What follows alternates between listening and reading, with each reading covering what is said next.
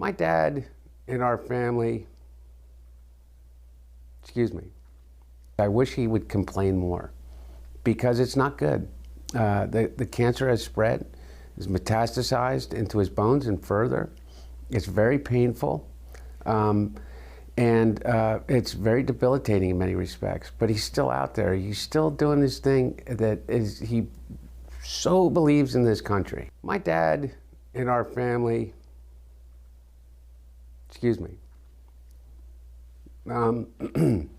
my dad is, and to this day and remains, the center of our family, not just because of who he is as the public person, but completely because of who he is to each one of us, down to his grandchildren and his great-grandchildren, his great-grandchild.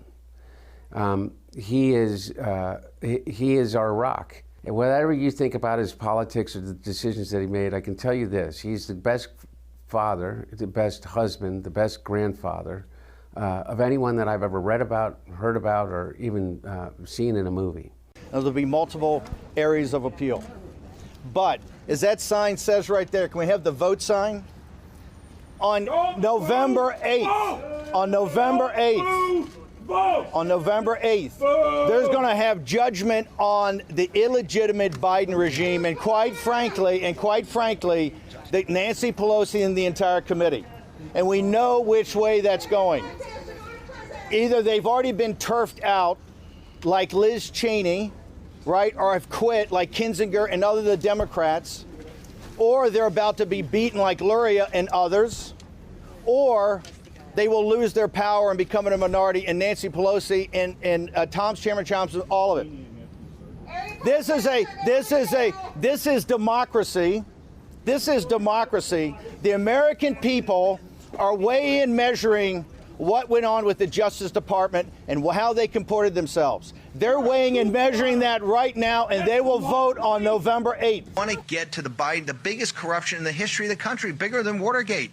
Is what they did with Biden, to both steal the election, put him in office, do a fedsurrection on January 6th, and then hide the fact that he had dementia. It's the biggest scandal in the history of the nation, and it's right in front of us, and we have all the power to do it, and we're running around talking about Hunter Biden's cocaine in the White House.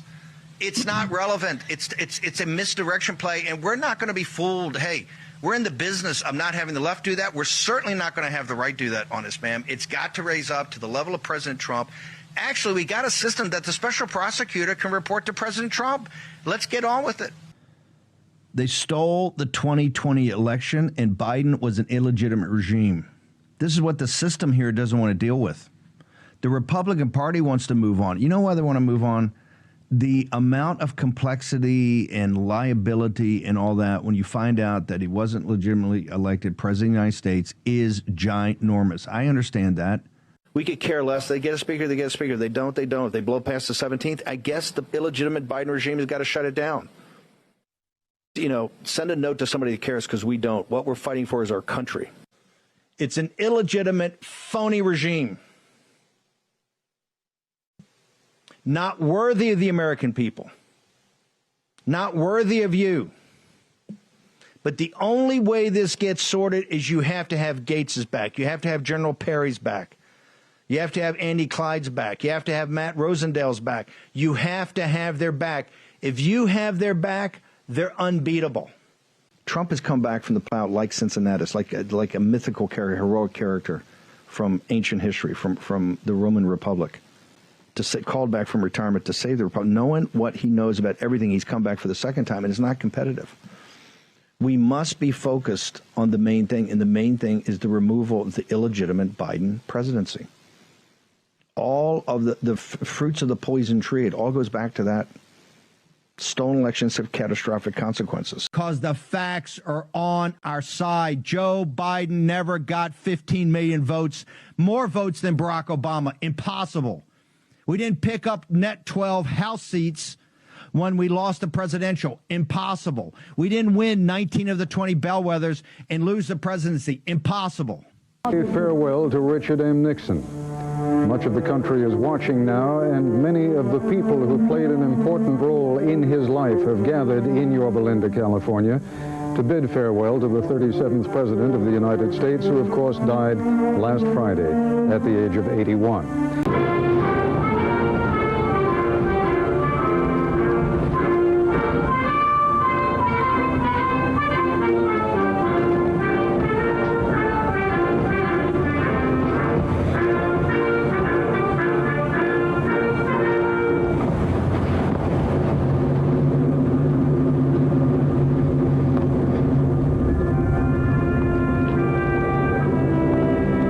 Though I walk through the valley of the shadow of death, I will fear no evil, for thou art with me, thy rod and thy staff, they comfort me. Thou preparest a table before me in the presence of mine enemies. Thou anointest my head with oil, my cup runneth over. Surely goodness and mercy shall follow me all the days of my life, and I will dwell in the house of the Lord forever. Wednesday, 12 August, year of our Lord 2026. The point of that, I hope you can connect the dots. We finished with President Nixon. And, of course, they said, well, it was a state funeral. It just happened to be Yorba Linda. They buried him, and they did the service in the backyard of the little town, a little house he was raised in by his parents in Yorba Linda. His backyard. Now, he says, yes, it was Ambassador Crowley. It was a official state funeral. It was, he didn't want to come back to the swamp that he hated so much. He didn't really have a state funeral. Why? Oh, because of Watergate. What do we say on the morning show? What this is? And now you've got, Round River to protect Biden and the entire group of criminals in that family. That Watergate's a third-rate burglary. And yet they got Nixon buried in his backyard. And the service there, too. Because obviously President Reagan went back to the library, etc. But they wouldn't allow him to have the honors of a president for a state funeral.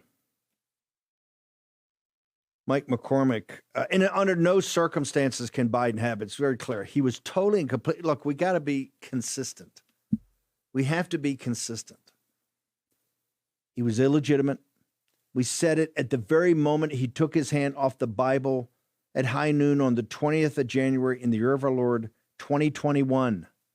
He was illegitimate. It's an illegitimate regime. We're backed up by the fact that if you look in the portico next to the Rose Garden, they've got them all starting with George Washington and finishing with two of Trump. 45 and 47, and bang, in the middle of that is it Joe Biden's smiling facade? It is not. It's an auto pen. He's illegitimate, and we now know the deep state created him and protected him and foisted him in here, stole the election, and then orchestrated an invasion of the country. He's seditious, a traitor, all of it. He cannot allowed to have the highest honors we can give a former president, which is a state funeral in the Capitol and lying in state in the Rotunda, full military honors, a mass or a service at the National Cathedral in his case because he's Catholic, St. Matthew's or whatever. It cannot happen. No 21 gun salutes, nothing. He cannot be honored. Why? Because he's a traitor.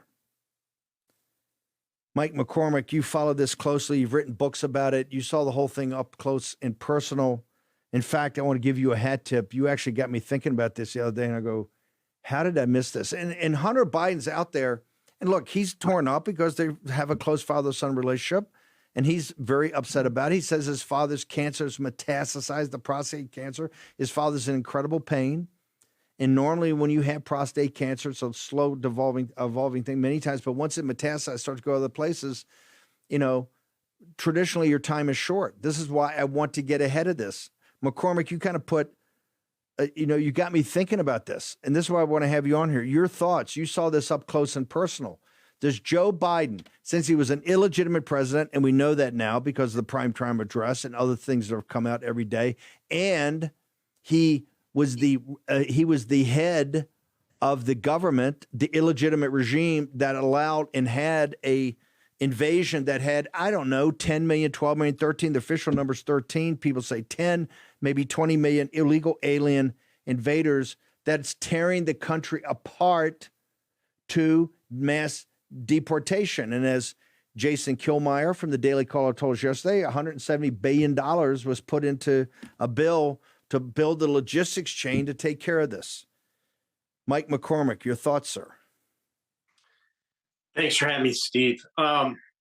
Yes, I did work with Joe Biden. And at the time, I didn't realize how evil he was. Evil is the word. And I'll say this at the top. I pray for Joe Biden to fully and publicly confess his crimes and sins. It's the only way he gets out of this with a dignity intact. Because right now, the House of Cards, Biden crime family House of Cards is crumbling, and it's taking down the Democratic Party with it. President Trump has the power as the commander-in-chief to deny Joe Biden a state funeral. He's in charge of the military district of Washington. He can say, we're not having a state funeral. Think of all the world leaders that would have to come for a state funeral and the security forces that would have to go into that. It's not happening here.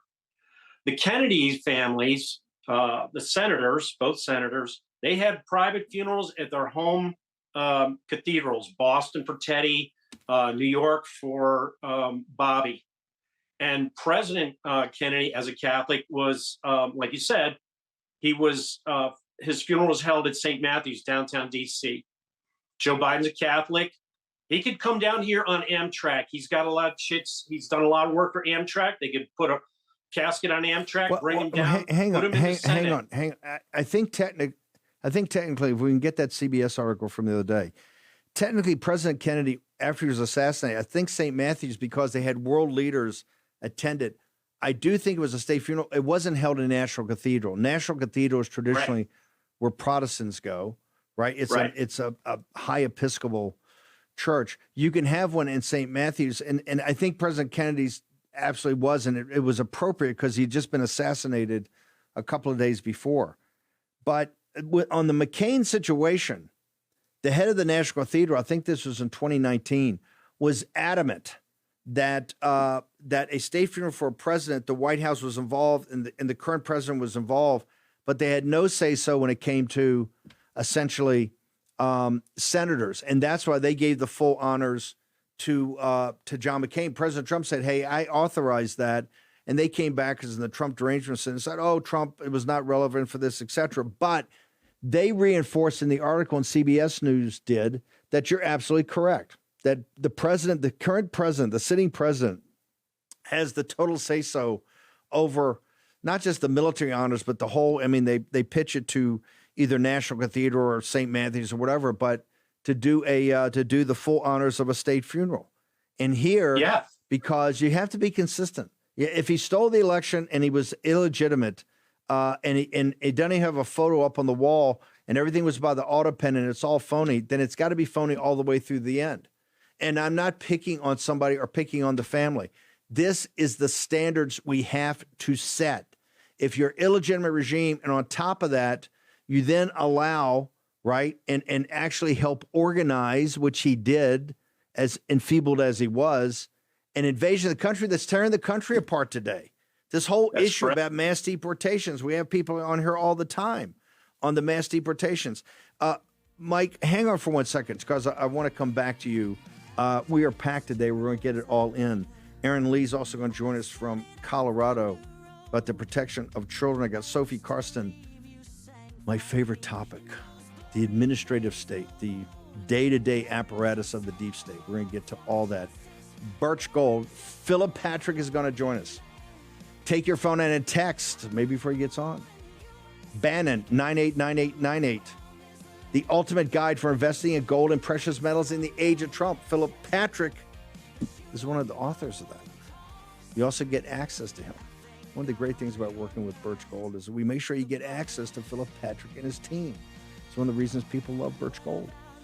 We've been putting out End of the Dollar Empire since gold was $1,100, about $1,100 an ounce. What, almost $4,500 today? $4,400? Daily spot price doesn't matter. It's the trend is your friend. Short break.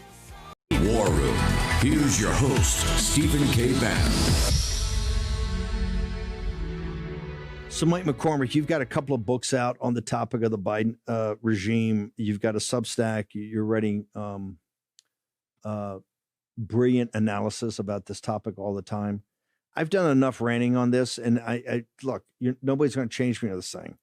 When I look at the evidence of the illegitimate regime, of everything they put the country through, and now knowing about the auto pen pardons, and the preemptive pardons, and now that every day John Solomon and the task force, or Bill Pulte was there, comes out something now, some other outrage. Now we know Round River, which protected him by the deep state. It's simple. It's an illegitimate regime. They stole the election. He's an illegitimate regime. When he was in the office illegitimately, he orchestrated an invasion of the country of between 10 and 22 million illegal aliens, asylum seekers, migrants, whatever you call them. And now the nation's being rent asunder to take care of that problem. And folks, we're at the top of the first inning on that problem. I mean, Jason Kilmeyer from the Daily Caller came over yesterday and had a brilliant analysis and said, hey, I think this starts the day after the midterm. So it's going to go and it's going to tear the country apart. You cannot honor someone like that. And you can particularly not honor someone. If you're going to do it, you do it privately. You cannot honor it as the nation honors with a state funeral. Mike McCormick, your thoughts. Steve, Joe Biden is a traitor. He committed treason against our country. He's not a legitimate president. He's a traitor. He's a criminal. I published books about his crimes and his treasons with COVID. They set that up starting in 2014. He and Ron Klain and Anthony Fauci started that after the Ebola crisis of 2014. That was a long-term program, and Joe Biden profited from it. His family profited from it. Hunter, who's out there crying, is profiting from it to this day. They cannot be allowed to have a funeral, a state funeral in Washington with our country, with that we pay for. Citizens, our American citizens, our taxpayer dollars would pay for that. Joe Biden can go and have a funeral on his own dime in Wilmington and invite whoever wants to show up. They can run it. Hey, if they want to run a train down to D.C. and put a casket on it, and I pray that he's okay, but he's going downhill. His family says so. He can confess and make it all right. He will not do that, I don't think. I pray he does. There's two parts to Joe Biden. There's the human being and there's the politician, and the politician has taken over. And that was allowed to take over our entire country and ruin it. He put Theodore McCarrick and Pope Francis to work for his agenda. They gave so much money to the Catholic Church to import illegal immigrants and cocaine and drug smuggling with the cartels during his presidency. It's a crime, a pile of crimes. We can't have a funeral, a state funeral with marching, with flags, with caissons, none of that for that guy. That family has to recalibrate. 21 gun salute, the howitzers going off. So you agree with me, correct? There's it's cut and dry for you since you saw it up close and personal? Yes, and I think the politics of it, because he's such a long-time Washington fixture, they'll wiggle out a side deal, but there is no state funeral. Flag's not at half-mast. The president makes that call. None of that. This is a traitor. He committed treason against us. So much suffering came out of the COVID shutdowns and the COVID fake pandemic. He has to be called out for that publicly. And so does the Democratic Party as a whole. Look, there's two sides of the Democratic Party. There's a Biden faction. Who shows up for Biden in the Democratic Party if this happens? Who shows up? And then there's Trump doesn't have a beef with Clinton. The beef is specifically against Joe Biden. And that has to be publicly named and shamed in this process. It's sad that it's coming to this. He can get out of it if he fully confesses publicly and honestly. But we'll see if he's capable. Well, if he of that after confessed, 50 years. even if he confessed, I don't think that absolve him from particularly the invasion into the country that we still have to deal with. Mike, where do people go? I want to get access to your books, particularly your Substack, your Twitter, all of it, so people can make it a steady part of their media diet. Where do they go? The Substack is Midnight in the Laptop of Good and Evil. My Twitter is @Joe Unauthorized. Everything is on my website, authormikemccormick.com. authormikemccormick.com. You can sign up for the Substack. You can see my books. The book I have about Joe Biden infecting the world, infecting the Catholic Church, and setting up the Wuhan pandemic is an almost insurmountable evil. Yep. And the evidence that I've gathered about his crimes in Ukraine is a case to impeach and imprison Joe Biden. And if the grand jury, if they ever want to put me in front of a grand jury, I will get indictments. I guarantee that. They just have to put me in front of a grand jury. Round River backs up everything you said. We got to bounce. By the way, I love the name of your Substack, and also people with McCormick.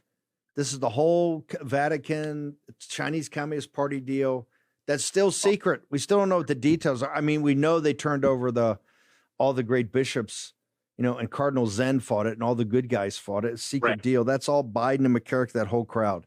Mike McCormick, thank you very much, brother. I want people to get up to speed, particularly today, as over the next couple of weeks, as McCormick says, if they put him in front of a grand jury, indictments were becoming, team down in South Florida. His name's Mike McCormick. He's currently available, as they say in the entertainment industry. Okay. We're jam-packed. I got a very special guest. I got a cold open for this very special guest. Let's go ahead and play it.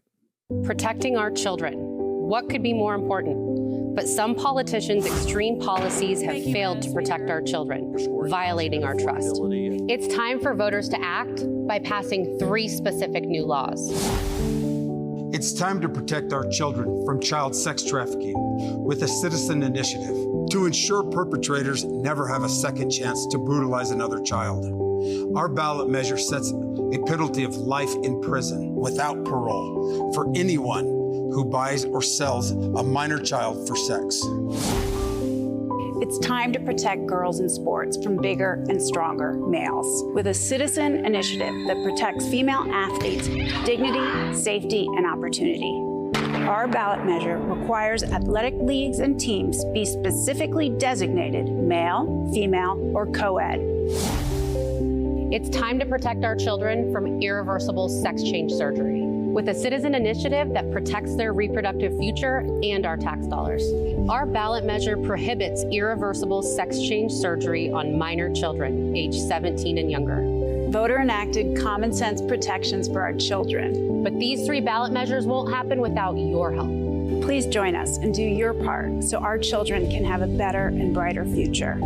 It's time. Protect our children, Colorado.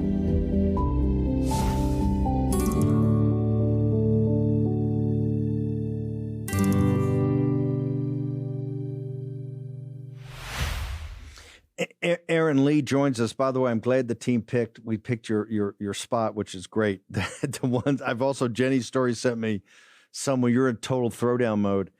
Erin, you're a pretty special individual. I want you to, the floor is yours. I want you to tell people about your journey because once upon a time, it would have been impossible for Erin Lee even to consider coming on the War Room and talking to the MAGA grassroots leadership. Ma'am, tell us about the journey, how you got here today, and particularly how you became the driving force and one of the key driving forces to put these ballot initiatives up in the state of Colorado. Thank you, Steve. Yeah, 5 years ago, I was your typical left-leaning, virtue signaling, Democrat voting mom. And then my little girl, 12 years old, was secretly transitioned in her government school in a gender and sexuality club disguised as an art club by predators and taught to keep it all a secret from us. And that was really our red pill moment when that sent us down a horrific year just trying to get her out of this gender cult. Hang on one second. Hang on one second. I got people understand this. You're telling me you sent your daughter to public school, government-run school. She was 12 years old. You thought she was signing up for an art class, And what happened? Yeah, it was actually a gender and sexuality awareness club, and they invited in an outside organization called Skittles for 2 to 11 to talk about gender and sex, connected her online with these predators, taught her if she's not comfortable in her body, she's actually trans, taught her how to medicalize, how to get puberty blockers, see a therapist without my consent, taught her concepts like polyamory, which I had to Google after the fact, just really glitter bombed her into this cult belief that she had been born wrong and needed to fix herself and medicalize. And it sent her down a year-long spiral that led to depression, suicidality. She left us a suicide note. It really was a year of hell trying to save our daughter from what the school had done. And Steve, we filed the first federal lawsuit here in Colorado. Pam Bondi took our case. We were the first to go all the way to the Supreme Court, where unfortunately they denied it, but Alito called it troubling and tragic and urged lower courts to address this, which they haven't yet. But we really fought back. We did not take it rolling over. We saved our daughter, and then we spoke up to help others and have given others a way to fight back with these ballot measures. Erin, hang on one second. I just want to hold you for through the break. You're doing the Lord's work, and it's just absolutely amazing. I mean, it's mind-boggling right there. Just what you just said. This is an American citizen, happened to be a liberal or centrist Democrat. Politics didn't matter. Trusting the institution of the public schools. And look what happened. It's mind-boggling. And I keep telling people, this is continuing going on. Don't think because Trump won and we've got some DEI stuff and some transgender. Yes, there's been tremendous achievements. But man, this is still top of the first inning of this thing. Erin Lee from Colorado, next in the War Room. War Room. Here's your host, Stephen K. Bannon. Erin, I want to go back in time, like 5 years ago. You said you were a Democrat, or, you had never thought about this. This was, I take it you were not a very political person, but how did that happen? All of a sudden, you see what's going on. Walk me through your awakening, because it sounds like a nightmare. And I want people to understand that this is far from over. People think since President Trump came in that we've solved DEI, we solved this transgender. We've had the top organizations in the country in here. And I keep telling people, not only is this not over, it's coming back. It's right there because they're so dug in on this ideology. And of course, for 99% of the people, it's like, I don't get it. I don't understand how people could buy into this so much. But you've seen it as it came close to destroying you and your family, ma'am. Yeah, gender ideology is alive and well, especially here in the blue states like Colorado. I was very politically disengaged. I was kind of a sleepwalking parent. I watched mainstream media and believed what they were feeding me. And then it was personal. We watched it destroy our child. And it was when we went public, when we told our story, and then it went super viral. And, I was on Fox News and didn't even know who Tucker Carlson or Glenn Beck were, but I was suddenly on their shows. And I learned how pervasive the issue is, that there are thousands and thousands of families in this country, especially here in these blue states, who have been affected by this, who have had their kids lied to, secretly transitioned, sexualized in the classroom. It's happening in all 50 states. It's happening to so many children. And until you get punched in the face with it, like I did, it's very easy to be apathetic and willfully ignorant about what's actually happening. But I've had the misfortune of really digging into just how serious this issue is, how pervasive it is, how many people it has affected. And, I made a decision to speak up and be a voice for so many people who are afraid to talk about this, because it's not even a left versus right issue, Steve. It's a right versus wrong issue. We shouldn't be sexualizing kids, keeping secrets from parents, pushing these lies that you can be born in the wrong body and need to medicalize to fix yourself. It's evil. And it certainly woke us up as a family and energized us to stand up for others. Talk to me about the Supreme Court, Pam Bondi taking the case. Why did the court take it, not accept it? And why do you say Alito's giving you a glimpse of hope that maybe you take another shot? Why did they not take the case up to here? I think this is such a gray area, parental rights. I like to say that our founding fathers are rolling in their grave, thinking that they didn't more explicitly state parents have a right to parent, to not be lied to not have our kids messed with behind our back. But it is an unprecedented territory in the courts. And so it's very hard to get attorneys to touch these secret school transition cases or cases against a municipality because of the Monell standard. And that was the reason our case was thrown out in the 10th Circuit. We were going against a municipality. They claimed that we didn't have, we actually did have standing, but they claimed the Monell standard. And so across the country, there's been dozens of these cases. None of them have had a favorable outcome. I believe there are now 7 that have reached the Supreme Court. Mine was the first to be denied cert petition. But it's just like the lower courts are taking the off ramp, and it's going to have to be the Supreme Court eventually taking one of these cases and setting a precedent for what is a parent. Do we have a right to know what's happening with our kids and control the care, custody, and upbringing of our own children? So we were the only case to get a statement in our cert denial from the Supreme Court that Elias, Thomas, and Gorsuch signed on to that said, this is troubling and tragic. This shouldn't have happened. The lower courts need to handle this. But they again took the off ramp and have not made the decision yet to set a precedent on this issue. Erin, you've gone now. You're going to do citizens. I guess we're going to vote in November on these 3 different issues you've put before the citizens of Colorado. What do you hope to accomplish? I think it was too hard to try to get this through these very blue legislatures. So you're taking it to the people. What do you hope to accomplish? Yeah, we tried for 5 years to run these 3 issues as laws. Every time the Democrats unilaterally voted them down on a party line, penalties for child sex traffickers, just designating sports, male, female, and co-ed for these to protect these girls, and stopping irreversible sex change surgeries on minor children. These are such widely agreed upon, 80-20 at worst issues, but our legislature refused to act. And we did something totally unprecedented here in Colorado. With Protect Kids, we raised an army of over 3,300 volunteers to carry these petitions to get over 500,000 signatures. It's never been done before, to put this before voters and allow them to have a say on, again, these very common sense, nonpartisan issues. We would be the first blue state to pass these, the first to do it by the will of the people, and the only ones to do it with an all-volunteer army. This is arguably the most consequential issue on the ballot here in November in Colorado. We think it's going to have a tremendous down ballot effect for our 4 contentious congressional seats that we need to hold on a national level. So this is a really big deal that so many Coloradans from every walk of life came together and worked together to put these on the ballot so that we, the people, can actually protect kids when our legislature refuses to.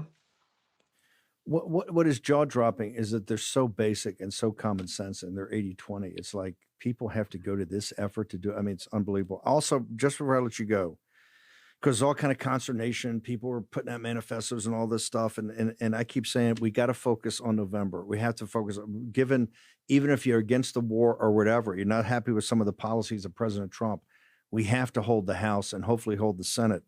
But you just said it right there about this 4 seats you're trying to hold.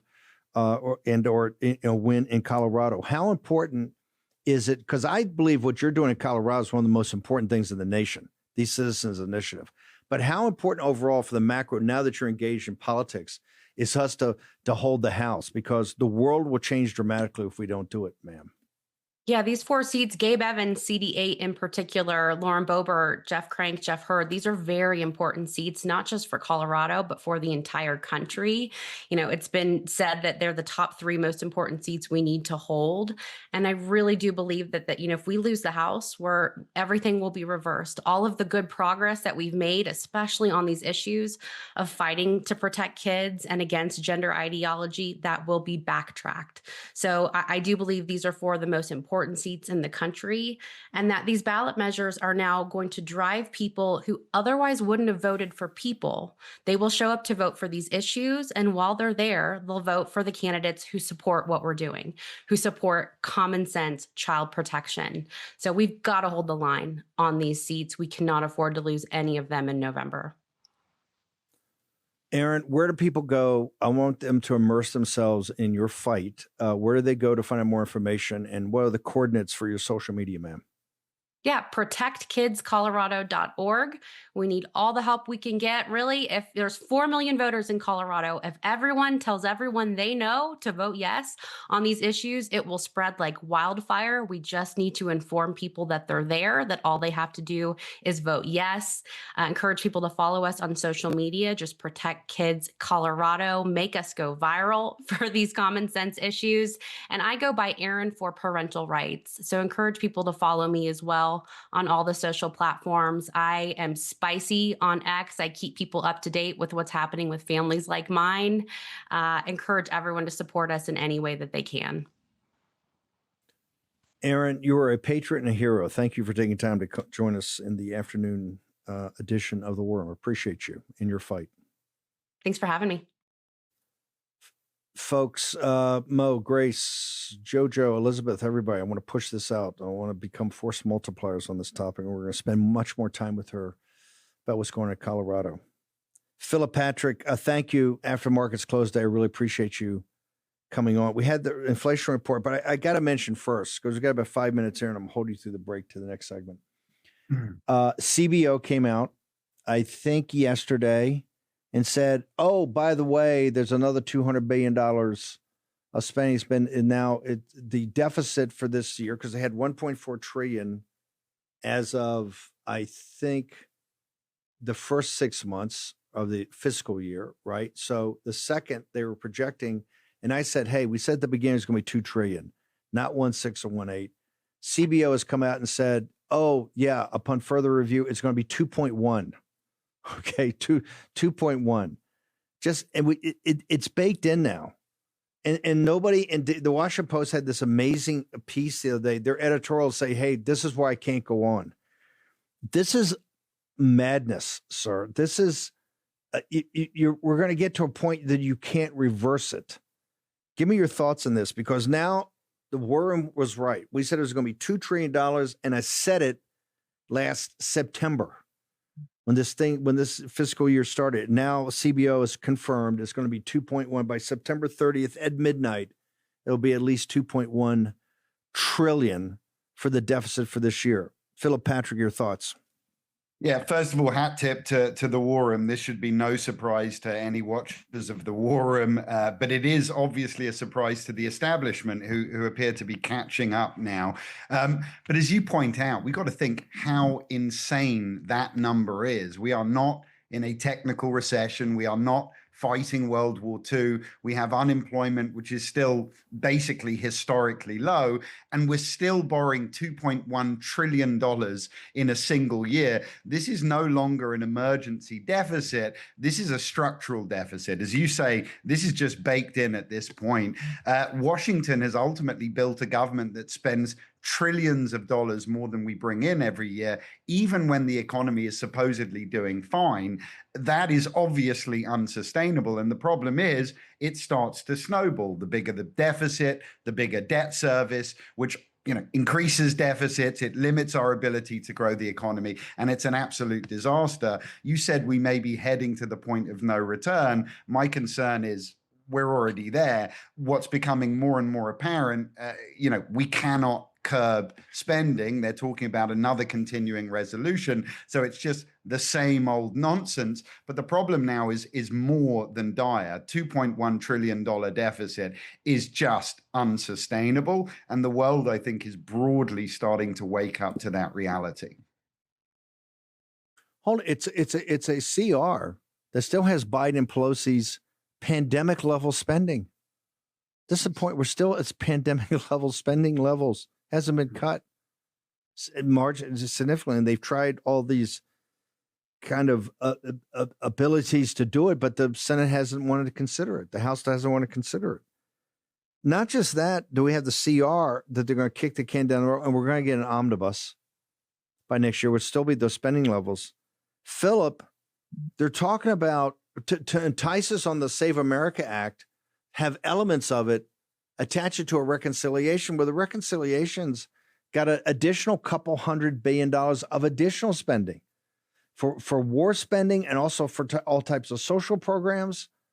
It's literally the capital, the nation's capital is insane about this. It makes no mathematical sense whatsoever. In fact, we have, Philip, I'm gonna hold you to the break. We have a long history of what is it? The great economist at Harvard wrote that book. This time it's totally different. He went through every nation on earth that you could go through from time immemorial, that when its debt got higher than its GDP, that everybody said, well, we're doing for a special reason. This is different. This is going to be fine. It's going to work out fine. It never worked out fine. Every time, it ends up with financial collapse. And this is why the BRICS nations, who many of whom are enemies of the United States, but a couple are not, are sitting there saying, hey, look, they take it the HP12 calculator and say, look, we see what the U.S. is doing, and we got to do something different. And this is why you got the BRICS nation, the pressure on the dollar. Phillip Patrick is with us. Take your phone out, text Bannon, B-A-N-N-O-N at 989898. You get the ultimate guide for investing in gold and precious metals. He's going to tell us all about it after a short commercial break. War Room. Here's your host, Stephen K. Bannon. I got limited time with Philip. I want to get to inflation. Philip, we talk about having a national referendum. And one of the things at the end of the dollar empire, go to birchgold.com/Bannon, end of the dollar empire. Put your name on the list. You want to back order the hard copy, which has got 7 free installments. We have 8 free installments up, a 9th that's coming. You will learn so much. It's taught now in graduate schools. And don't think it's because it's accessible. I said, hey, we should have a national referendum. We should have a national discussion about whether we want to be the prime reserve currency, because there are tremendous benefits of being the prime reserve currency. There's also big obligations. And you might think, hey, to defend the petrodollar, maybe this is why we got carrier battle groups in the North Arabian Sea and propping that mess up over there. And you might say, this is why we're doing interventions in the Japanese, for the Japanese yen. It ain't because they're our allies against the CCP. Yes, that's all very important, and we love them, and President Trump's got a great relationship, and, you know, they're our allies in East Asia, but it's to protect they own $1.2 trillion of treasuries, and we can't have them selling it to support the yen. Is that anywhere close? Or are these actions you see either militarily, geostrategically, geoeconomically, capital markets? Do you think a lot of this is to defend the dollar and other things that than what traditionally guys like Scott Bessent do to defend the dollar at the Treasury, sir? Without question, yeah. I mean, obviously Japan are our allies, but we did that. We did it in order to prevent the Japanese selling off U.S. debt. They were in a pinch. We knew that was what was going to happen, and it's why we did it. It's the same reason we did currency swap lines, I think, with the UAE earlier this year. It was to prevent them selling off U.S. debt. By the way, I've said it many times, Scott Bessent is doing an incredible job. This is the biggest balancing act in history. Not only is he finding ways to encourage nations to hold on to our debt, he's also shuffling a ton of debt to the short end. As we've discussed, borrowing rates for long-term debt are very high and unattractive for investors today. He's shifting everything to the shorter term. But everything that's happening around the world is that, right? Look at the Iranians. Why are they attacking our allies in the Middle East? They want to put that security guarantee in question and make those countries think twice about selling oil in US dollars. I've mentioned it many times on the show, but it was Admiral Mullen in 2010 said the national debt will be our biggest national security threat, and it is playing out in front of us today. So you are absolutely correct. And Bessent, given what he has inherited, the job that he's doing, the way he's seeding it and balancing is absolutely incredible. But I can't think of a Treasury Secretary in recent history or in history that had a tougher balancing act than Bessent. This is why I want guys, by the way, Mullen was chief naval operation. I think he was on the Joint Chiefs. He says, hey, the national debt is going to be by far the biggest national security issue we have. If people can't impact policy, right, particularly at this high level, high finance, world capital markets, guys like Scott Besson, one of the smartest traders in the world, at the highest levels is just too much for people. What do they do personally? What do they do to prepare? What do you do to get ahead of this, sir? It's a great question. I think we've all got to be politically active, and that's why people come to the War Room, and you've just done incredibly good things there. But we are limited, and this is a problem that as individuals, we only have so much control over. So I think ultimately we've got to scale it down and think about ourselves and our families and how to protect wealth through climates like this. Listen, central banks around the world have been buying gold in record quantities since really 22, since Biden's weaponization of the dollar against Russia. And they buy for very specific reasons, right? In terms of currency, the dollar is still the best currency on the planet, right? But central banks are looking for alternatives because they want something with more stability. Well, gold provides that, right? In the same time period that the dollar's lost 30% of its buying power, gold's up over 100%. They want an asset that cannot be printed into oblivion, which is exactly what's happening to the US dollar today. We're talking today about structural deficits. Largely, we are trapped as a nation into printing to meet deficits. Right now, we don't see a way out of that. As long as that happens, we will continue to devalue the dollar longer term, and gold prices will continue to go up. It's not going to be linear. Nothing is, and we're seeing that play out today. But as long as those structural deficits exist, this trend will continue. Central banks see it, and ultimately, they have very similar strategies to us. They're not traders. They're not trying to make a quick buck. They're trying to protect and grow reserves over the long term, just like we do for ourselves and our families. So I think everybody today, given the problems we have, has to have a form of insurance for the portfolio. I think Steve Forbes referred to gold as portfolio insurance, and he's absolutely right. That doesn't mean taking every penny we have and putting it into gold. That would be absurd. But I think having a portion of our wealth hedging inflation, currency devaluation longer term will put us all in a much better situation.